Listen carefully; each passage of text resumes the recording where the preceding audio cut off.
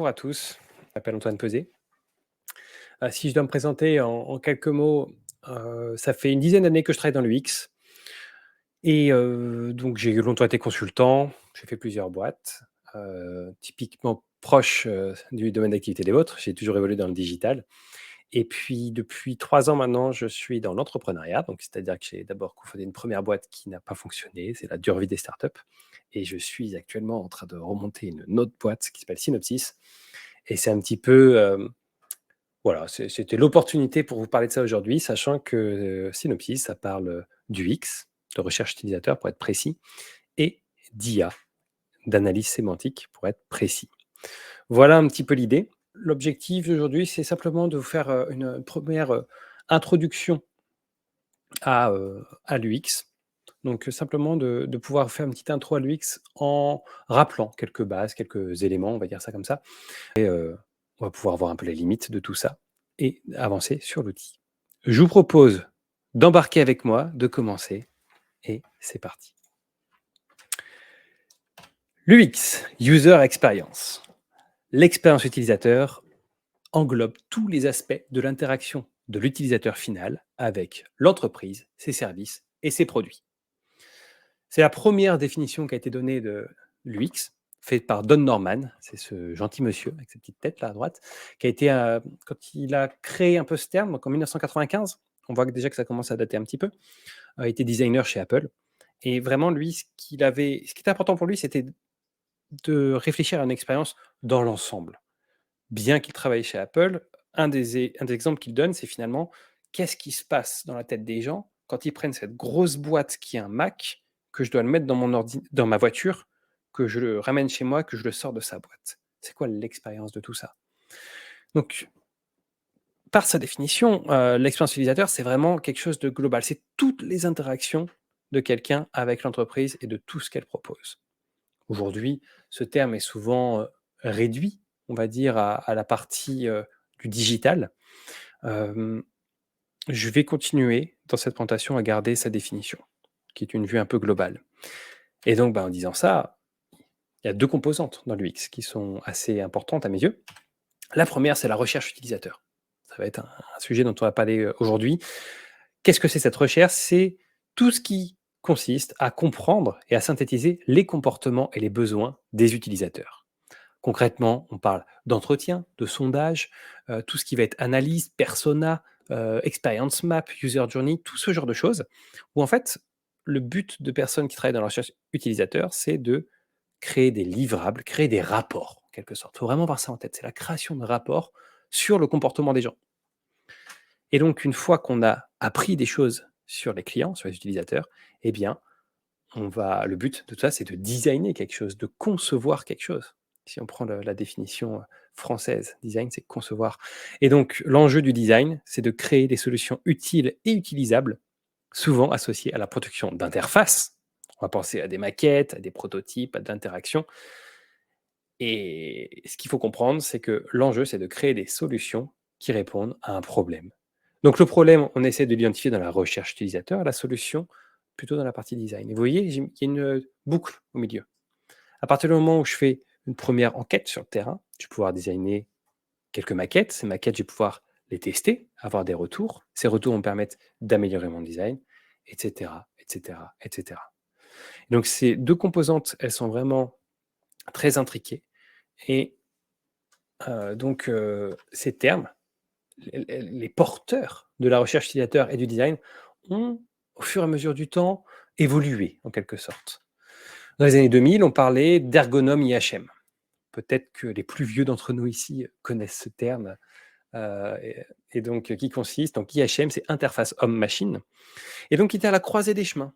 Il y avait une partie de recherche utilisateur qu'on n'appelait pas forcément comme ça à l'époque, et une partie de design. Donc, on concevait des maquettes, des wireframes, vraiment en noir et blanc, euh, et qui étaient derrière habillés par un directeur artistique, qui était l'ancêtre de designer qui va arriver juste après. Voilà, des DA. Dans les années 2010, vraiment, la notion d'UX designer a commencé à apparaître. Et donc, c'est pas tout à fait la même chose qu'un ergonome IHM, mais globalement, en fait, c'est l'évolution du métier et les termes se sont anglicisés vous allez voir qu'il y a beaucoup de termes anglais et ça a été beaucoup influencé par les Américains. Et le UX designer qui fait peu ou prou la même chose, peut-être avec une méthodologie un peu différente, avec des outils peut-être un peu modernisés. Au début des années 2010, on utilisait du Access, puis après, d'autres outils qui sont allés justement vers le design. Et c'est dans ces années-là qu'on a fait la distinction UX/UI. Peut-être que vous l'utilisez, vous-même de votre côté. L'UX designer, c'est vraiment celui qui va, aller enquêter sur le terrain, qui va faire des premières maquettes, animer des ateliers. Le UI designer, c'est celui qui fait des maquettes. Voilà, très vulgairement, c'est comme ça que les choses se répartissent dans les entreprises. Mais depuis les années 2020, eh bien, il y a les termes qui ont évolué. On parle maintenant de product designer. Product designer, c'est quelqu'un qui va faire du design tout en ayant un pied dans la recherche utilisateur. Qui va peut-être pas aller aussi loin que ceux qui vont être dédiés sur ce sujet-là, qui vont être les UX researchers. Voilà, comme je l'ai dit, hein, on est vraiment des termes très anglicisés. Mais ce qu'on voit, c'est que plus ça va, plus il y a un décalage d'une spécialisation du design vers la recherche utilisateur. Alors, non pas qu'il y ait personne qui soit spécialiste du design, mais les outils, notamment Figma, ont rendu plus accessible le design pour pouvoir faciliter un peu comment dire, l'utilisation et la conception en équipe. Et le rôle maintenant est globalement regroupé sur la notion de product designer. Et donc dans cette conférence-là, moi ce que je vais vous parler de l'UX researcher et un peu plus de la recherche utilisateur. C'est ça qui m'intéresse aujourd'hui. Et, euh, et c'est ça finalement dont on n'entend pas si souvent parler. Voilà, quand on pense à UX, c'est pas forcément ce qui vient en tête directement. Alors pourquoi Pourquoi fait-on de la recherche utilisateur? Eh bien, l'enjeu, c'est de valider le plus tôt possible l'utilité d'un projet. Il y a un axe fameux en UX, c'est un axe utile-inutile, et l'autre qui est utilisable ou inutilisable. Bah, le truc intéressant et hyper important dès le début du projet, c'est de dégager tout ce qui est inutile. Voilà. Et ce truc-là, ben, l'UX, en tout cas les interviews, la recherche utilisateur permet en tout cas de... Alors, c'est pas sûr à 100%, mais il y a des grosses tendances pour voir ce qui est utile et voir ce qui est plutôt inutile. Donc, on dégage ce qui est inutile. Et dans un deuxième temps, ça permet d'éviter les incompréhensions en vérifiant l'utilisabilité, la usability en anglais. Et là, on n'est plus sur des notions d'interface. Voilà, est-ce que l'interaction elle est bonne? Est-ce que j'ai bien présenté mon sujet? On voit beaucoup de sujets d'utilisabilité sur LinkedIn. Alors, enfin, beaucoup. J'en vois beaucoup parce que j'ai beaucoup de designers dans mon réseau. Mais si jamais vous en avez aussi, voilà, il y a ces fameuses images A ou B, c'est quoi le meilleur? On n'est pas vraiment sur la notion d'utilité, mais plus sur l'utilisabilité. Donc, il ne faut pas oublier que l'enquête terrain au début, c'est vraiment de voir à quel point c'est utile, à quel point mon truc, ma super idée, elle va servir vraiment le travail des gens derrière ou pas. Et donc, la recherche utilisateur, on a une meilleure conversion. Donc, conversion en euros, hein, en argent. Les conversions de visiteurs en clients peuvent être jusqu'à 400% plus élevées sur les sites offrant une expérience utilisateur supérieure. Ça, c'est une étude de Forrester de 2016. Et puis, il y a la notion de sécuriser l'intérêt des développements. Le coût de la correction d'une erreur après le développement est 100 fois plus élevé que celui de la corriger avant le développement. Ça, qu'est-ce que ça veut dire?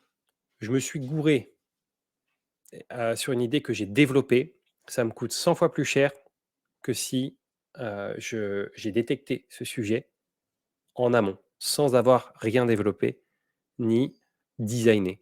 Grosso modo, faire un dessin sur un papier crayon, si ça vaut 1, le designer, ça vaut 10, donc avec du Sketch, Figma ou autre, et le développer, ça vaut 100.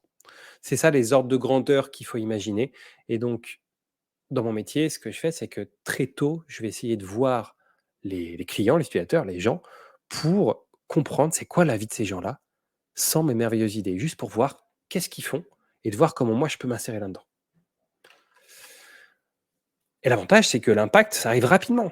Seulement avec quelques utilisateurs, on arrive à détecter une grosse partie des problèmes. Donc, dans les années 2000, Don Norman, qui a créé le NN Group, le Nielsen Norman Group, fait une fameuse étude. À partir de 5 utilisateurs, on détecte 85% des problèmes d'utilisabilité. Donc, un test utilisateur sur 5 personnes permet de voir la plupart des problèmes. C'est ça qui est important. Donc, c'est pas si dur à mettre en place et on apprend vite. Et puis, ça accélère le développement.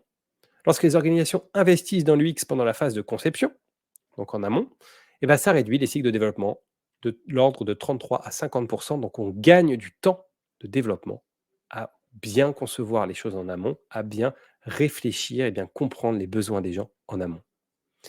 Je vous l'ai dit, moi, je suis entrepreneur et donc, bah, forcément, je me forme en parallèle et j'ai été surpris parce que, il y avait une formation que j'avais pu faire il y a 2-3 ans, par de trucs américains, que j'avais pu faire et j'ai été surpris, voire, presque choqué, vous imaginez, de voir à quel point les outils et les méthodologies de l'UX étaient poussés par ces entrepreneurs américains, créateurs de start-up, investisseurs, qui parlent de persona, qui parlent d'entretien, qui poussent les gens à sortir, de chez eux, à se lever de leur chaise pour aller voir les gens, pour discuter, pour échanger et je me suis dit: «Mais c'est ouais, c'est c'est marrant, c'est les mêmes choses que je fais». Et c'est vrai que, en tout cas, moi, c'est un conseil que je propose, à beaucoup de gens. Si vous voulez lancer votre boîte ou si vous avez une idée, commencez par des interviews. Vous pouvez le faire en parallèle de votre taf actuel, ça le fait et puis vous allez apprendre tellement. C'est incroyable ce qu'on apprend et plus vous croisez les gens, plus vous apprenez, c'est fou. Donc ça va très, très vite, très, très vite. Je vais illustrer ça, hein. Cette idée de synopsis, c'est la 4e itération que j'ai avec mon associé. 1re idée, on a fait une 20-25 interviews. On s'est très vite rendu compte qu'il y avait pas de marché. Au bout de 3 mois, on arrête l'idée. 2e idée, au bout d'1 mois, on arrête l'idée après une vingtaine d'interviews et la 3e, pareil. Donc, ça nous a permis, nous, de prioriser radicalement les choses et ça nous a fait gagner du temps parce que voilà, c'est se planter rapidement, comme on dit, hein, on économise. Et donc, quel est le meilleur moment pour faire de la recherche utilisateur? Bon, vu ce que je viens de vous dire, je pense que vous vous en doutez. On va parler, ça va être en amont des projets. Mais un truc qui est important, c'est que si votre équipe sait ce qu'elle doit développer, eh ben, la recherche utilisateur ne sera pas utile. Ça ne sert à rien de vouloir essayer de pousser à aller voir les gens, à faire un peu, à aller creuser les besoins. Si jamais le cahier des charges, il est posé, que, l'équipe projet sait ce qu'elle veut faire, voilà, on va faire cette fonctionnalité, ces trucs, machin. Ça ne sert à rien, on va juste perdre du temps et on va se battre contre quelque chose, enfin, contre un combat qu'on va perdre d'avance. Maintenant, l'idée, quelle est-elle? Bah, c'est que justement, dans ces phases-là, donc la partie découverte, discovery qui arrive avant la première ligne de code et delivery qui commence après la première ligne de code, en fait, très souvent, on ne sait pas ce qu'on va faire. On ne sait pas et c'est ça tout l'intérêt. Cette recherche utilisateur est hyper utile quand on a une vague idée. Quand on sait: «OK, on doit faire un module pour, améliorer, la comptabilité, de telle équipe. On doit faire un module pour, mieux gérer le temps, pour permettre, d'avoir accès à telle fonctionnalité». Voilà. Tant qu'il y a pas, de choses plus poussées, eh bien, ça vaut le coup d'aller sur le terrain et de voir et ça arrive bien plus souvent qu'on l'imagine. Donc oui, ça demande de l'énergie, mais ça vaut vraiment le coup et si je reprends mon schéma discovery delivery, en gros, vraiment je fais des gros raccourcis, mais je trouve ça intéressant de garder ça en tête. Le delivery, c'est le monde de l'agile. Voilà, c'est, le développement, le PO, le design. On crée quelque chose et il y a du code. La recherche utilisateur, c'est avant ça. C'est avant, les fonctionnalités qu'on doit développer, si je fais des gros raccourcis. C'est là qu'il y a le plus de valeur pour la recherche utilisateur. Donc ça vaut le coup de se battre pour essayer d'en mettre en amont. Après, en aval, il y en a quand même. Je vous parlais tout à l'heure des tests utilisateurs. Ces tests, ben, on est en train de développer un produit. Bah, ce serait bien d'avoir du feedback là-dessus et ça nourrit aussi, cette réflexion. Ça permet derrière d'arriver sur des nouvelles maquettes, de faire évoluer le produit et cetera. Donc il y en a un petit peu partout, mais la vraie valeur, elle est surtout en amont des fonctionnalités qui sont à développer. Parmi les grandes organisations qui travaillent dans la recherche utilisateur, c'est assez documenté, hein, je pense, notamment à France TV qui a, beaucoup parlé de ces sujets-là. Eux, ce qu'ils font, c'est qu'ils travaillent avec un trimestre d'avance sur la partie discovery, sur la partie recherche utilisateur. En fait, ils ont des hypothèses, ils travaillent auprès de leurs, clients, de leurs prospects, de leurs utilisateurs, quoi, pour avoir une réponse aux hypothèses qu'ils ont. S'ils ont une réponse, ensuite, il y a un travail pour le convertir en fonctionnalité et ça va en delivery. Et s'ils n'ont pas de réponse, ils continuent ou ils arrêtent cette hypothèse-là. Voilà, concrètement, c'est ça que ça veut dire. Et voilà, et concrètement, c'est quoi la recherche utilisateur? Parce que depuis tout à l'heure, j'en parle, j'ai parlé d'entretien, mais voilà. Concrètement, on parle d'entretien, de test utilisateur. Donc, j'ai beaucoup travaillé pour Leroy Merlin et c'est le fait d'aller sur le terrain. Voilà, on va faire des entretiens sur le terrain. On n'est pas obligé forcément d'inviter des gens, donc on peut, hein, mais on peut aller aussi sur le terrain, aller questionner entre 2 clients pour essayer de comprendre un peu comment ces personnes vivent, leur expérience. On peut aussi aller regarder sur le terrain comment ils utilisent telle ou telle, interface, et très, très rapidement, en fait, on va comprendre les choses. Ce qui est rigolo, c'est que, on peut même aller, très loin, hein, sur ces approches-là, ces approches qu'on appelle guérilla. Il m'est déjà arrivé, par exemple, d'aller dans un café. Alors je travaillais pour l'État à ce moment-là et bah, voilà, donc l'État, ça touche un peu tout le monde. J'avais très envie de faire des tests. Je suis allé dans un café, j'ai recherché, des gens qui étaient, seuls au café et donc «Bonjour, est-ce que vous auriez une vingtaine de minutes à m'accorder?» Et bah, voilà, l'idée, ce serait d'avoir votre avis et cetera et donc bah, la personne a accepté et en fait, ce qui est rigolo, c'est que quand on fait du test utilisateur ou quand on demande l'avis des gens, généralement, les gens, ils acceptent très volontiers d'aider, parce que c'est rare d'être écouté pour donner son avis. Et puis en plus, on demande, on est un des rares acteurs qui ne demande pas de l'argent à la personne en face. Très souvent, dans la rue, à chaque fois qu'on est sollicité, c'est pour qu'on donne de l'argent. Que ce soit tout un tas de situations, c'est très souvent le cas. Bah là, c'est pas le cas. Et donc, les gens, ils sont généralement d'autant plus ouverts à faire ça. Enfin, il y a des très bons taux de retour pour aller faire des tests utilisateurs guérilla, comme on dit, pour qui c'est difficile d'y avoir accès. Mais je pense que ça ira dans les questions et on pourra en reparler. Une fois qu'on a en fait fait notre entretien, donc il y a tout un tas de techniques pour avancer à base d'écoute active, de questionnement ouvert, d'émotions, ce genre de choses. L'enjeu hein, de quelqu'un qui fait de la recherche utilisateur, c'est de modéliser le parcours de quelqu'un. Experience map, user journey, parcours utilisateur en français. Vraiment, l'idée, c'est de se dire quelles sont les différentes étapes par lesquelles passe cette personne et globalement, à quel point elle vit bien ces étapes ou pas. Et ça, c'est magique en termes de conception produit parce que tout de suite, ça nous permet de voir où sont les problèmes, où sont les choses qui vont très bien et à quel point c'est un problème. Et quand on essaye de créer une nouvelle solution, un nouvel outil, eh ben, on a envie d'avoir des gens derrière, on a envie de l'acquisition. Si le problème il est important, les personnes vous accorderont potentiellement plus de temps que si le problème il est bof, ouais, c'est un peu gênant, quoi. Ouais, c'est un peu gênant. Imaginez que vous soyez sollicité par un collègue, prendre un cas simple, hein, pour donner votre avis sur quelque chose. Si jamais c'est sur un truc, oui, une étude, bon, pourquoi pas. Mais si jamais c'est sur un problème qui vous concerne et qui vous embête vraiment, peut-être que vous seriez plus susceptible d'accepter, de tester, de faire un effort, de découvrir quelque chose. Et donc c'est vraiment sur ce point-là que je me repose. La modélisation du parcours permet en fait d'identifier rapidement là où ça ne va pas et donc potentiellement d'apporter une valeur encore plus importante au produit. Il y a de l'animation d'ateliers, d'idéation, des brainstorms et ce genre de choses. Ça fait partie de tout ça, basé sur les retours utilisateurs. Et puis, il y a surtout de l'analyse et de la synthèse. Donc, je parlais des personas. Des personas, ce sont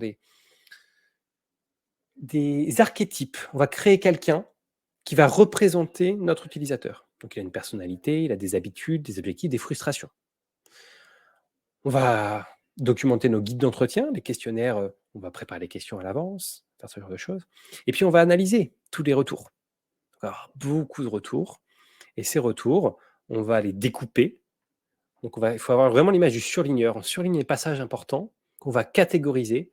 Et ces catégories, elles vont nous permettre de faire des patates. Et ces patates, on va faire des patates de patates qui va nous permettre de comprendre quels sont les grands apprentissages, les fameux insights issus des utilisateurs, chez les gens. Donc, quand je vous parlais de faire des rapports, c'est typiquement ça. Concrètement, qu'est-ce qui se passe? X% des utilisateurs disent ça, Y ont tel problème. Voilà, tout l'enjeu, c'est d'avancer sur ces sujets-là. Et donc, tout ça, ça va loin.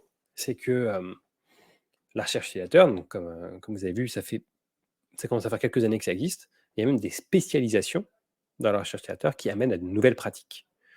Là, je vais aborder rapidement l'atomic research, qui va être un des nouveaux sujets. L'enjeu, c'est de se dire, il y a des expériences, des expérimentations, quelque part, que ce soit des enquêtes, des A/B tests, donc on choisit entre une interface ou l'autre automatiquement, des tests utilisateurs, des tests à distance, ce genre de choses. Donc il y a des études qui sont mises en place.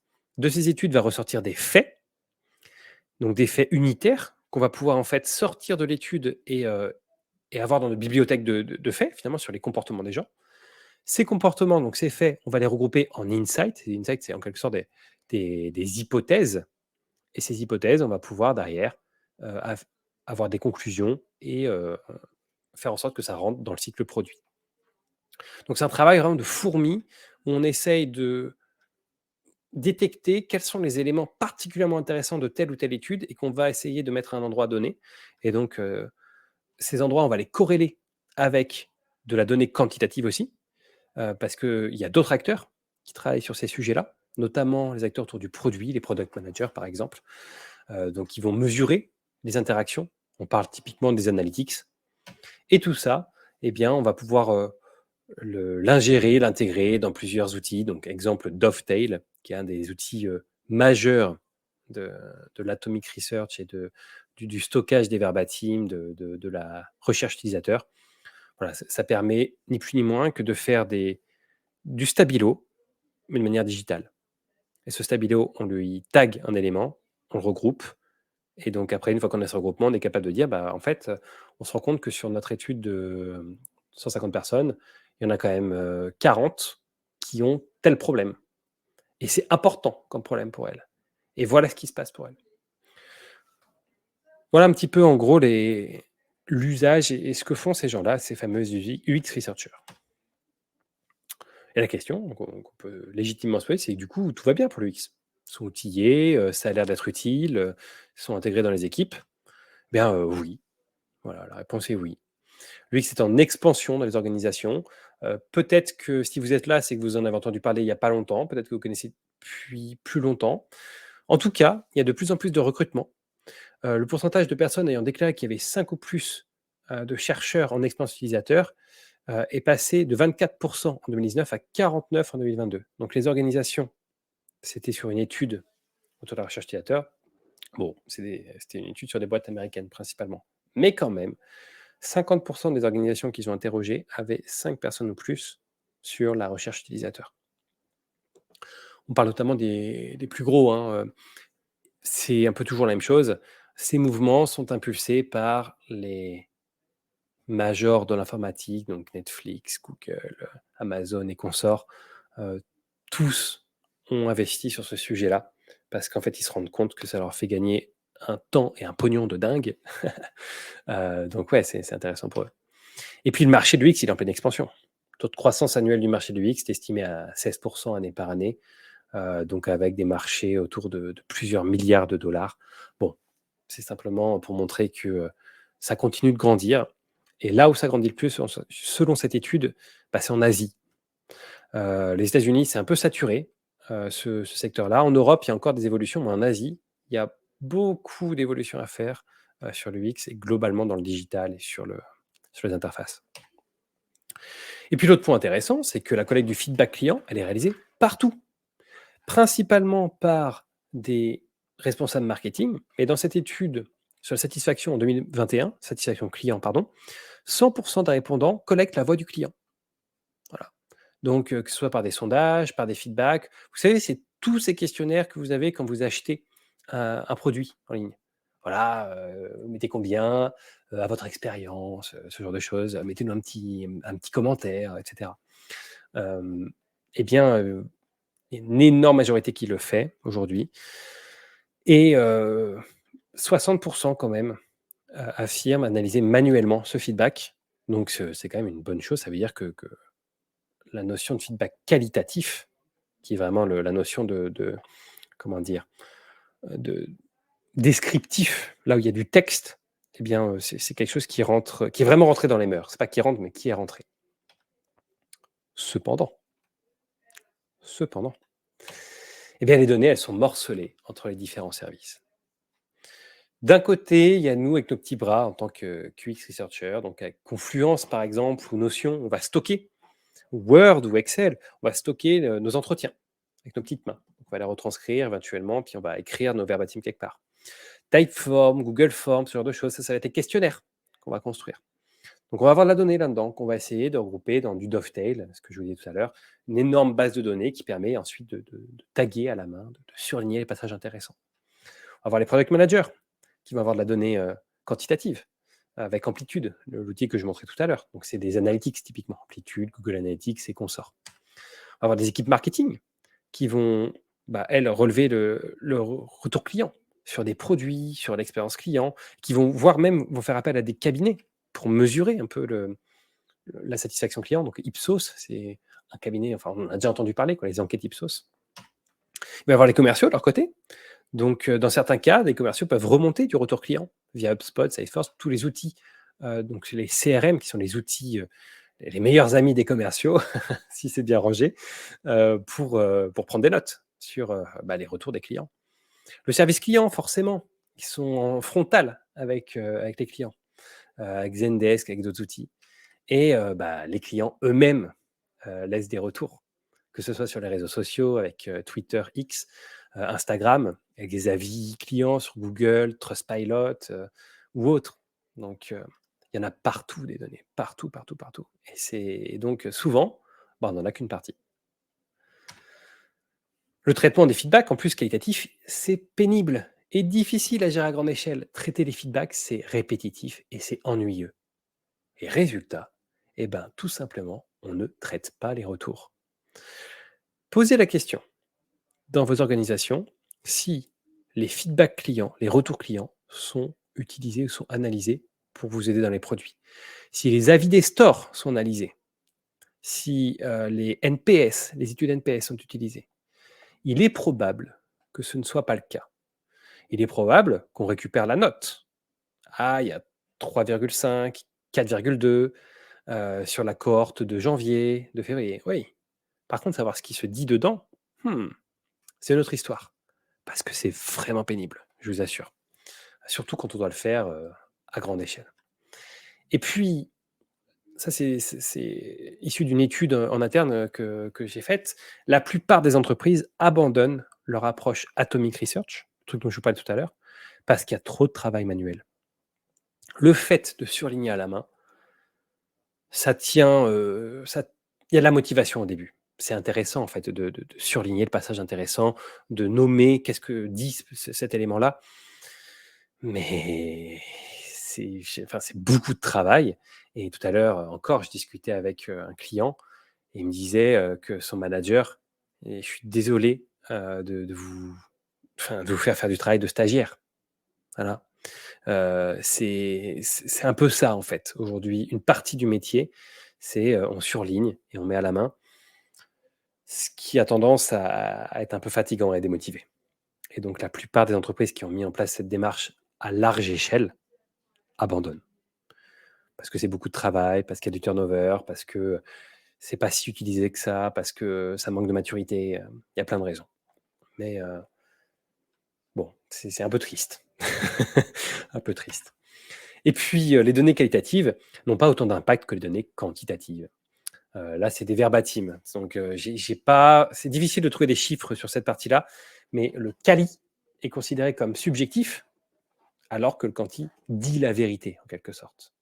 Donc il y a un genre d'argument d'autorité qui arrive. Non, non, mais regarde, dans mon parcours, j'ai X de conversion à cet endroit-là et pas là, donc c'est ça le problème. Et dès qu'on peut avoir des données quantitatives, typiquement des analytics, on va les prioriser au profit des autres données qu'on a.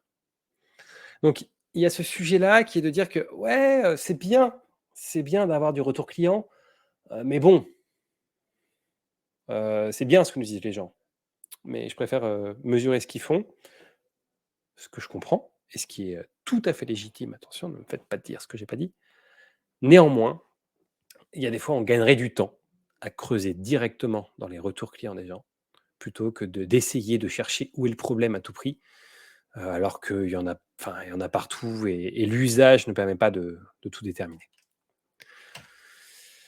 Et donc, est-ce que l'IA ne pourrait-elle pas nous aider là-dedans? Voilà, on en arrive un petit peu à la nouveauté. ChatGPT, le fameux. Bah, bien sûr que oui, l'IA peut nous aider sur ce sujet. Les nouveaux outils d'analyse sémantique débloquent enfin la compréhension des données qualitatives. Et ça débloque beaucoup de choses. Grosso modo, le big data est apparu parce qu'on a été en mesure de pouvoir prendre en compte énormément de mesures et faire en sorte de faire parler ces données-là. Et faire parler entre elles des données mathématiques, bah, en fait, ça va. Les ordinateurs, c'est un peu leur rôle en quelque sorte. Voilà, il y a eu X connexions, enfin, il y a eu X points de connexion à telle heure, dans tel pays, sur telle page. Bah, c'est très facile de compiler tout ça et d'en déterminer des tendances et de déterminer tous ces sujets-là. Et bien là, on est en passe de pouvoir faire ça sur de l'écrit, sur de la parole, sur de la donnée qualitative. Et tout ce blocage qu'on avait, parce que c'est pénible à faire à la main, parce que ça prend du temps et parce que c'est inintéressant, eh bien, on va pouvoir le sous-traiter à nos ordinateurs. C'est ça que ça veut dire. Et donc, forcément, la valeur des retours utilisateurs va augmenter. Parce qu'à partir du moment où on peut rééquilibrer un petit peu l'ordre de grandeur, eh bien, ça permettra de faire un peu évoluer les mentalités. Non pas que ce soit horrible aujourd'hui, hein, mais c'est simplement qu'on va pouvoir être en mesure d'influencer davantage les choses au profit de la réelle parole client et pas d'interprétation qu'on pourrait faire de leurs usages. Et puis, bah, quand, ChatGPT est pas suffisant sur, l'analyse de produits, eh bien, il y a Synopsys qui est l'outil que j'ai mis en place. Je suis pas tout seul, mais nous, notre objectif, c'est de renforcer les équipes produits, des UX, à guider leurs projets dans la bonne direction, en s'appuyant sur quelque chose qui est incontestable, bah, les retours clients, tout simplement. Ce qu'on fait, c'est qu'on analyse tous les retours clients, aidés par de l'IA, donc que ce soit des avis produits, des réponses NPS, des réponses à des sondages, des échanges avec le support client, des entretiens. On va récupérer ce texte, le découper et synthétiser tout ça, faire un synopsis, un résumé de tout ça. Et donc, en gros, on peut exploiter enfin la plume et la voix des clients simplement. On peut, pour des UX, on peut utiliser un peu de données en quelque sorte. D'abord en centralisant les sources, en choisissant les bons retours catégorisés par IA et en communiquant les insights en toute simplicité. Concrètement, de quoi est-ce que je parle? D'abord, ben, on est en mesure de centraliser toutes les sources de retours clients au même endroit. Voilà. Ça, c'est pas très sorcier, mais mine de rien, c'est assez important. L'agrégation avec des connecteurs, c'est pas nouveau. Mais là, c'est un petit peu plus nouveau, en tout cas, il me semble. Même si le sujet du traitement des retours clients, ça fait longtemps que ça existe, les nouveaux algorithmes d'analyse sémantique sont remarquablement puissants. Je vous donne un exemple. Ce message, il est issu donc d'un retour Trustpilot sur les données de Mythic. Ce sont des données publiques qu'on peut récupérer. Donc, il n'y a pas de données confidentielles sur ce sujet-là. Il y a 3 parties dans ce message. Sur la droite, on va récupérer le message brut, tout simplement. Ce site m'a permis d'entrer en contact avec plusieurs personnes qui correspondent à mes critères. Ça a été simple pour les énumérer et les transmettre pour ainsi cibler plus exactement le type de personne que je recherchais. Après plusieurs contacts, j'ai trouvé la personne qui me correspondait réellement et avec qui je veux refaire ma vie et aboutir à de nouveaux projets communs et concrets.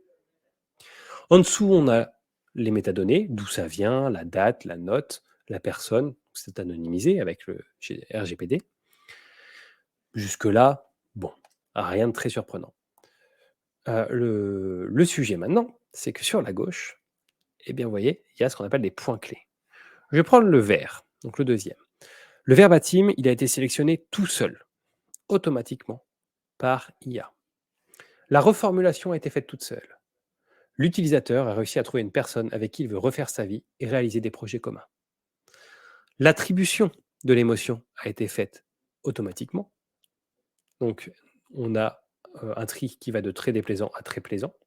Donc, globalement du rouge au vert, quoi. Et la thématisation, les tags ont été faits automatiquement. Et vous avez bien compris que le nœud du problème, il est ici. Là, on voit qu'à partir de ce verbatim-là, j'ai trouvé la personne qui me correspondait réellement et avec qui je vais refaire ma vie, aboutir à un nouveau projet. Ce que l'algo nous ressort, amour, relation sérieuse, projet commun. C'est chouette, on arrive à voir ce qui ressort de là, quelles sont les thématiques de ce verbatim. Et on va pouvoir le découper en fait. Et ça nous permet de pouvoir partager les insights facilement. Donc on va regrouper tous ces éléments-là. Et qu'est-ce qu'on découvre avec stupeur, malheureusement.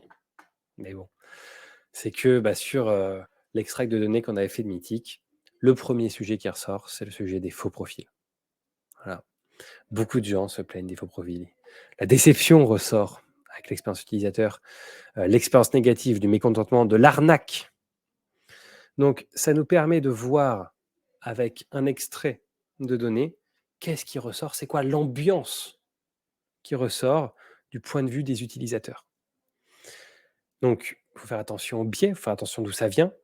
Là, il y a beaucoup de données qui viennent de Trustpilot. Trustpilot qui a tendance à favoriser ou à pousser des retours assez négatifs. Néanmoins, ça donne quand même une image.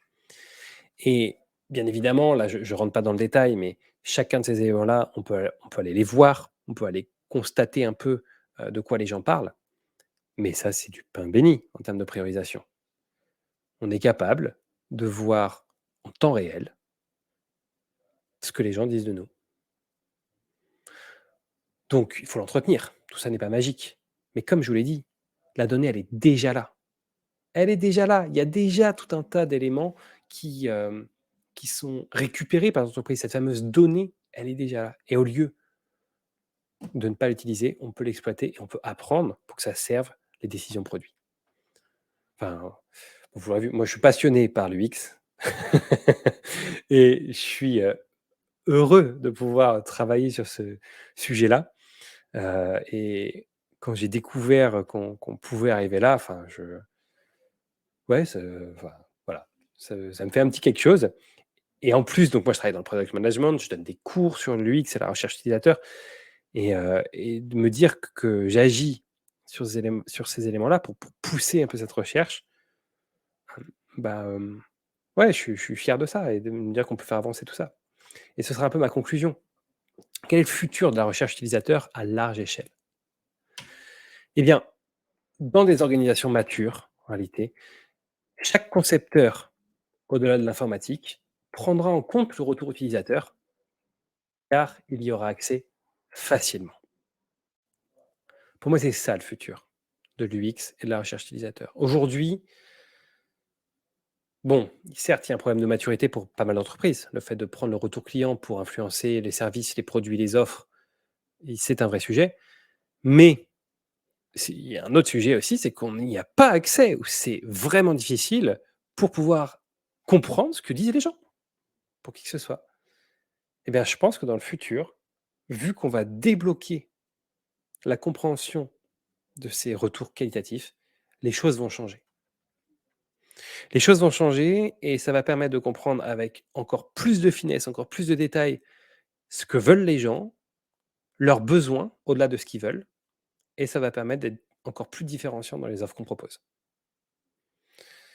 Et donc je terminerai sur ça. Dès aujourd'hui, je vous invite à agir de la sorte en rencontrant vos utilisateurs dès que possible. Parce qu'au-delà de l'analyse, etc., l'enjeu, c'est de rencontrer les clients, de rencontrer les prospects. Et une fois que vous l'avez fait, en portant leurs paroles dès aujourd'hui autour de vous. Pour vous aider à mettre le pied à l'étrier, donc comme je vous l'ai dit, moi je donne des cours à côté, à des écoles de design, à des gens qui se reconvertissent, sur la recherche utilisateur, sur de l'UX, sur ces sujets-là. Tous mes cours sont en accès libre. J'ai fait des longs articles qui expliquent un peu tout ça. J'essaye d'aider à mettre le pied à l'étrier. Donc, l'écoute active, savoir finalement comment poser des questions, quelle posture avoir quand on écoute les autres, c'est fabuleux. Et voilà, je vous ai partagé un lien par rapport à ça. Puis un autre sur les interviews exploratoires et tout le processus finalement, savoir comment faire pour aller adresser la parole à des gens qu'on ne connaît pas pour leur demander leur avis sur notre solution ou sur notre idée. Et c'est flippant, mais c'est pas si dur à mettre en place. Et on sait tous poser des questions. OK, ce sera pas parfait, oui, il y aura des biais, oui, ouais. Mais si vous osez vous confronter aux utilisateurs, il y a de fortes chances que vous compreniez l'intérêt de ça et que vous ayez envie de le refaire. Ah, c'est très, très fréquent et moi, à titre personnel, dans les équipes que j'ai accompagnées, dans lesquelles j'ai travaillé, j'emmène le plus possible, le product owner, développeurs, les designers, à aller sur le terrain.